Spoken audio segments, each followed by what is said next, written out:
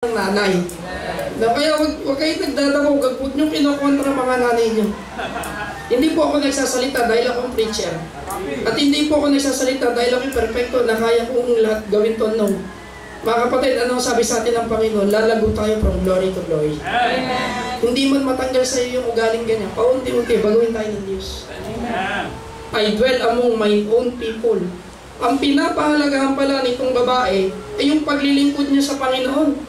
Kaya itong mga mister, wag po tayong magtatampo pag yung misis natin mas mahalaga yung gawain ng Diyos. Di ba? Puro na lang si pastor, puro na lang church, puro na lang ganito. Eh pag naman puro ikaw, tingnan nyo, nagkakasawaan din yung mag-asawa, di ba? Eh ang sweet nga niya nung mga nagliligawan pa eh. Ito mo, pagka pababa na jeep, baho na pa yung lalaki, bahala ka sa buhay mo. Pag dadapa ka, kagagalitan ka pa. Ikaw kasi, gaganon-ganon. Di ba? Ang isang magandang katangian pala ng isang nanay o isang ina, yung may magandang ugali. Kasi mga kapatid, ang magandang ugali hindi lumilipas. Yung bagong damit na suot natin, paglabas natin, makakalimutan na niya ng katabi natin. Yung masarap na kinain mo nung nando ka sa may bahay, makakalimutan nyo, mamaya nasa CR na yun eh. Pero yung magandang ugali pala, kahit saan ka magpunta, di ba, ikaw ang hinahanap ng tao. Yes. Hindi yung ayaw kang puntahan ng tao kasi yung ugali mo, mas masahol pa sa basahan. At nakakatuwa ang isang nanay na pinupuntahan ng mga tao kasi may mas magandang ugali. Naku, ang Saavedra po, hindi nawawala ng bisita sa bahayan. Gumawi kami one time dyan, halos sunod-sunod ang tao. Pati ata yung mga surot ng kapitbahay, naglilipatan na ron. Ibang klase po ang Saavedra, lalo si Sister Nora, eh, kahit po yun na lang yung kakainin, niyahain pa sa inyo eh. No? Hindi po dahil Sister Nora, at alam niyo po mga kapatid, Sister Nora, nakasama namin ni Sister Raisa, punta kami kila Brother Marvin, dinalo namin Sister Marlene. Saludo ko pa sa kay Sister Nora. Kumahanga po kay Sister Nora. Grabe yung papunta pala sa Bulusukan. Niisip ko nga kung Pilipinas pa eh. Nandiyan si Sir Marvin. Sir? Bubuloso pa talaga. Oo, bubuloso pa talaga. Sabi ko, sa Abetra, napakapalad nyo, may ganyang klase kayong nanay. Amen! Amen! Lahat ng inituan namin ni station, lahat ng paninda ko, hindi kinaiinisan ng tao. Amen. Eh maganda ugali. Iginagalang. Amen. Kasi pag maganda ugali mo, ikaw ang igagalang ng tao. Kasi minsan ang nagiging standard natin sa sanlibutan, dahil may posisyon, asawa ni mayor, may pera, may magandang bahay, may magandang ganito, di ba? Maganda kutes, igagalang natin. Pero minsan hindi natin alam kung sino pa yung mga nasa gilid, yung mga tatahi-tahimik, sila pala yung magugulat ka magaganda ugali. Sila yung iginagalang. At mas maganda hindi ko po sinasabi na hindi natin kailangan ng pera. Ang sinasabi ko po, mas mahalaga pa yung karakter kaysa sa mga bagay na yan. Amen. Kasi nauubos yan eh. Nasisira yan mga kapatid. Right. Pero yung karakter ng isang ina na magalang, iginagalang ka ng tao, na kahit pumanaw ka, ikaw yung hinahanap ng tao. Di ba? At nakakatuwa na magiging standard natin bilang mga mananampalataya na iginagalang natin ng isang ina kasi maganda yung kanyang ugali. Di ba mga kapatid? Ganon din. Hindi ka igagalang ng ibang tao kung ikaw mismo sa loob ng tahanan na hindi ka iginagalang ng iyong pamilya. Kaya ang unang dapat na nagbibigay ng paggalang sa mga ina, yung pamilya, yung asawa, yung mga anak. Bago ka magdabog, mag-isip ka. Bago ka mag-isip ka. Di ba? Bago uminit ang ulo mo, mag-isip ka muna. Yes, sir! Baka kanina pa ito pagod na pagod, kaya nakapagsalita. Samantalang ikaw walang ginagawa. Ayan! Ayan! Demand ka ng demand na ibili ka ng ganito. Samantalang ikaw hindi ka nag-iipon. Ayan! Di ba? Reklamo ka ng reklamo na ganyan ang ulam. Ano ginawa mo para maibaklasin ang ulam mo? Samantalang itong nanay mo, hindi mo inisip na yung pala, nag-iipon pa sa siya, na para sa kanya, ibinigay pa para sa iyo. Di ba mga kapatid? Right!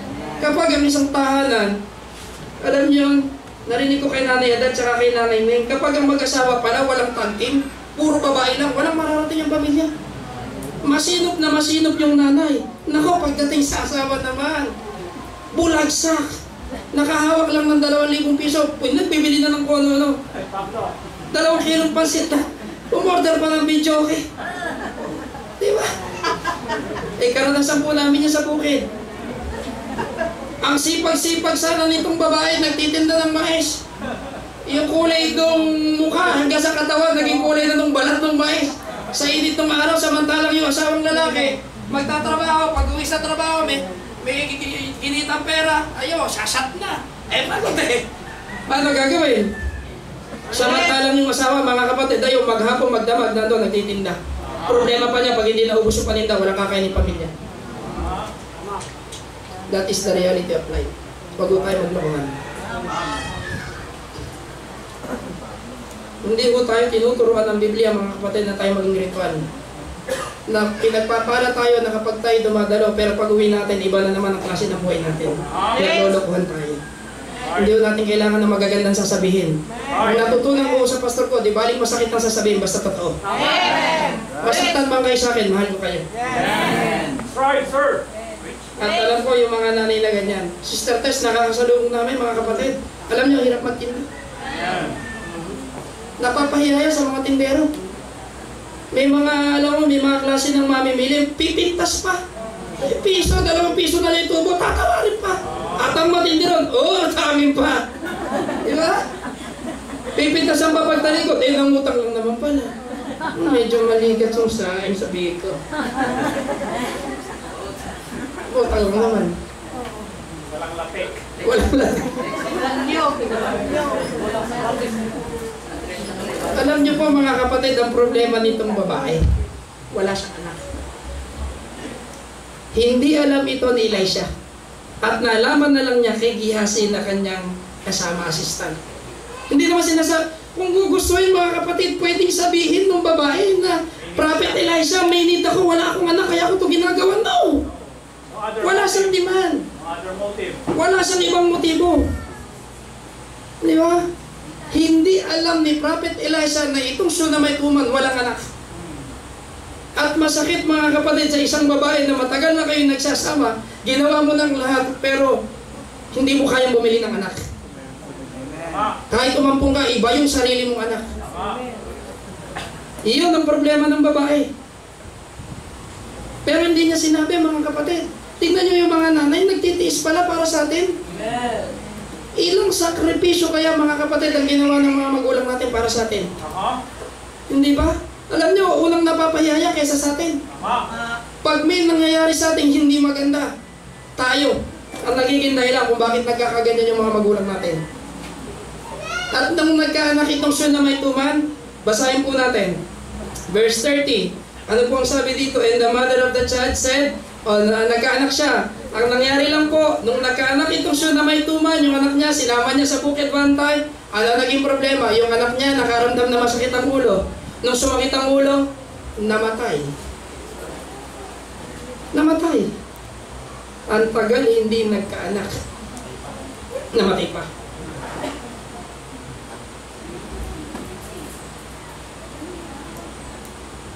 Ilan po kaya sa atin ang nakakaalala, mga kapatid, na nung tayo ay maliliit, alam niyo ba mga nanay natin, hindi yan mapakali kapag tayo iyak ng iyak. Iyak ng iyak. Kapag yung anak iyak ng iyak, natataranta ang isang ina. Lalo na yung mga bagong ina. Hindi alam kung bakit ka umiiyak. Umiiyak ka ba dahil kinakabagan ka? Umiiyak ka ba dahil basa ang lambing mo? Umiiyak ka ba dahil nagugutom ka? Umiiyak ka ba o may kumagat sa iyong insekto o hayop? Umiiyak ka ba dahil kulang ka sa tulog? O umiiyak ka dahil hinahanap mo yung nanay mo? Ganyan po ang pakiramdam ng isang ina. Lahat ini-evaluate niya kung bakit. Inaalam kung ano dahilan kung bakit tayo umiiyak. Minsan nasasaktan na yung mga nanay natin. Samantalang tayo, hindi natin nare-realize yun. Na kaya pala nasasaktan yung mga magulang natin, yung nanay natin, dahil pala sa atin. At minsan, yung mga mister pa, ang dahilan kung bakit umiiyak ang asawang babae.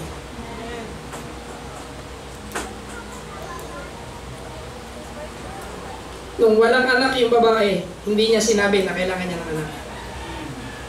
Yung umiiyak lang yung anak, masakit na mga kapatid para sa isang ina. Lalo pa kaya yung mamatayan ng isang anak. Alam niyo po ba ang realidad ng buhay? Mahirap mamatayan ng padre de pamilya. Totoo po yan. Pero mas masakit pala yung mamatayan ng ina. Masakit mamatayan ng ina. Kasi yung nanay mo, simulat sa pool, yan ang dahilan kung bakit ka naging tao. Yan ang humubog mga kapatid sa pagkatao natin eh. Yung tatay natin, nagtatrabaho yan eh. Pero yung nanay natin, yan ang kasama natin araw-araw. Di ba? Kung bakit tayo na sabi nga nila, dito na tayo nagkatenga dahil sa mga magulang natin. Dahil sa nanay natin. At walang silbi ang isang anak na walang narating kundi dahil sa isang ina. Kaya nung namatayan itong babae, sabi nga niya doon sa may verse 30, and the mother of the child said, as the Lord liveth, and as thy soul liveth, I will not leave thee. Hindi ko iiwanan.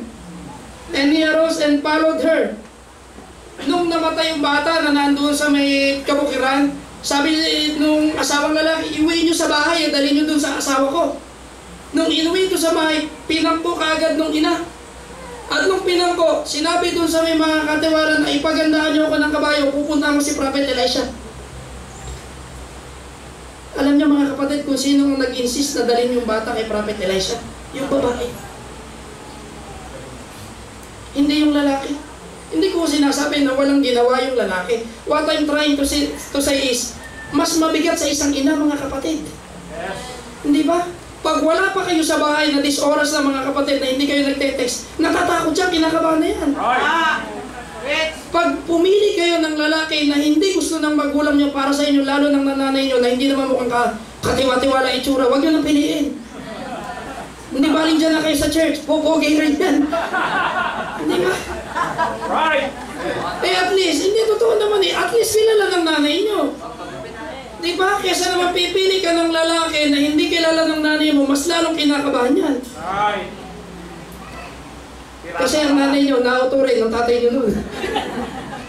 Kaya kabahan. Nakola. Di ba mga kapatid? Masakit dun sa nanay eh. Kaya siya yung nag-insist na dalhin itong bata kay Prophet Elisha. Kaya sabi niya, as the Lord liveth, hindi ako papayag na iiwanan po nung dinala niya. Alam mo unang nakakita kay doon sa mission na may tuman, si Elisha. Na-recognize siya. Yun parating na yung mission na may tuman. Bakit siya na-recognize doon sa ginawa niya? It was her character. Hindi ba? Hindi naman dahil mayaman eh. Alam niyo mga kapatid, si Elisha hindi lang huyod na pinupuntahan. After nung chapter 4, may mga pinupuntahan pa siyang lugar kaya umalis na doon sa lugar na yun eh. Kasi nagtuturo siya. At hindi niya nakalimutan yung babae kasi dahil doon sa may ugali niya. Ang ganda ng ugali. Kaya sinasabi natin mga kapatid, di ba? Nawala na tayo sa mundo, inahanap tayo ng tao dahil gusto tayo ng tao. Nabukang bibig, si nanay ganito, si sister ganyan. No, kaysa naman mapagbit yung pangalan, baka mamaya mag-cross pa, Jesus Mariose. Di ba? Ang magandang ugali mga kapatid, nakakakuha ng pag-alam. Magandang karakter. Kaya na-recognize nitong si Prophet si Elisha, ikuso na may tuman.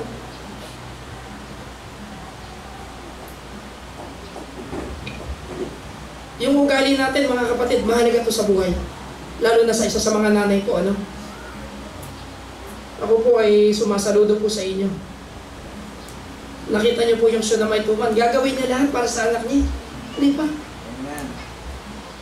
Yung travel po ng siya na may tuman mga kapatid, hindi ho ito isang jeep lang na nandun na.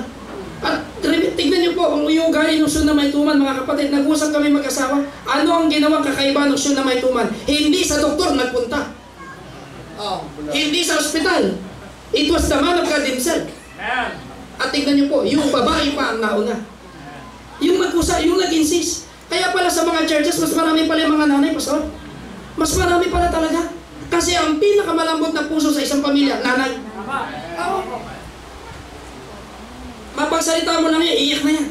Ay yung mga lalaki, magsalita ka para ka nakikipag-usap sa mga butike. Dahil ba? Kung magwawalis lang yan. Eh yung mga nanay, ay, Kapatid, punta ka sa kwarto, gaganyan ng ganyan. Malambot kasi puso nila eh. At huwag kang naiinis sa asawa mo babae na dagdag ng dagdag. Eh, ikaw naman may kasalanan eh. Di ba? Ang masama, dagdag ng dagdag, walang ginagawa. Problema yun. Di ba? At ang masakit mga kapatid, yung salita ng salita, walang kausap. Inadya ka naman eh. Oo. Alam niyo po kung bakit sila gano'n ng gano'n? Kasi ayaw natin magsalita. Ang nature naman kasi ng mga tatay, ayaw namin ng gulo. Tahimik lang. At gagawa naman kami kahit hindi nyo sabihin eh. Ayaw lang namin paulit-ulit. Hindi ba? Depensa. Tatay Cesar, di ba? Ceso, masahin ka ron. Bakit? Masahin ka sabi. Bakit di mo na sinabi? Wala bang ginagawa eh? Di ba? Di totoo po. Kaya mga nanay, di balik minsan banggitin, pag okay lang. Pero yung paulit-ulit, minsan masakit na sa tayo. Ang minsan naman problema sa mga lalaki, nakakalimutan. Nakakalimutan. Eh hawak ko na yung cellphone kanina, binaba ko lang, hindi ko na naalala. So nila kayo, buti na lang po, may asawa po ako, naalala ko ulit. Kaya nga help me. Di ba? Pag hindi nagtulungan ng mag-asawa, mga kapatid, wala tayong mararating. Pagtatawanan tayo ng mga kapitbahay natin. Di ba? Ano silbi ng pagiging Kristiyano natin? Ano silbi ng pagiging ina na hindi naman ginagalang sa pamilya?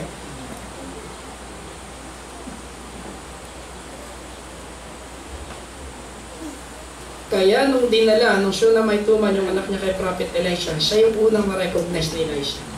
Dahil dun sa karakter. At maganda mga kapatid na kahit saan tayo pumunta, tayo yung nare-recognize ng tao dahil maganda yung ugali natin. Yung pagkain na bibili. Yung magandang bahay, sasakyan, yung promotion sa trabaho, yung magagandang ganito, yung masasarap na ganyan, yung mga lugar na puntahan, nabibili at napupuntahan yung mga kapatid. Pero mga kapatid, yung magandang karakter, ilan lang ang nakakapunta dyan. At hindi lahat kayang bumili ng magandang karakter. Kasi walang katumbas na pera yan eh. Woman of character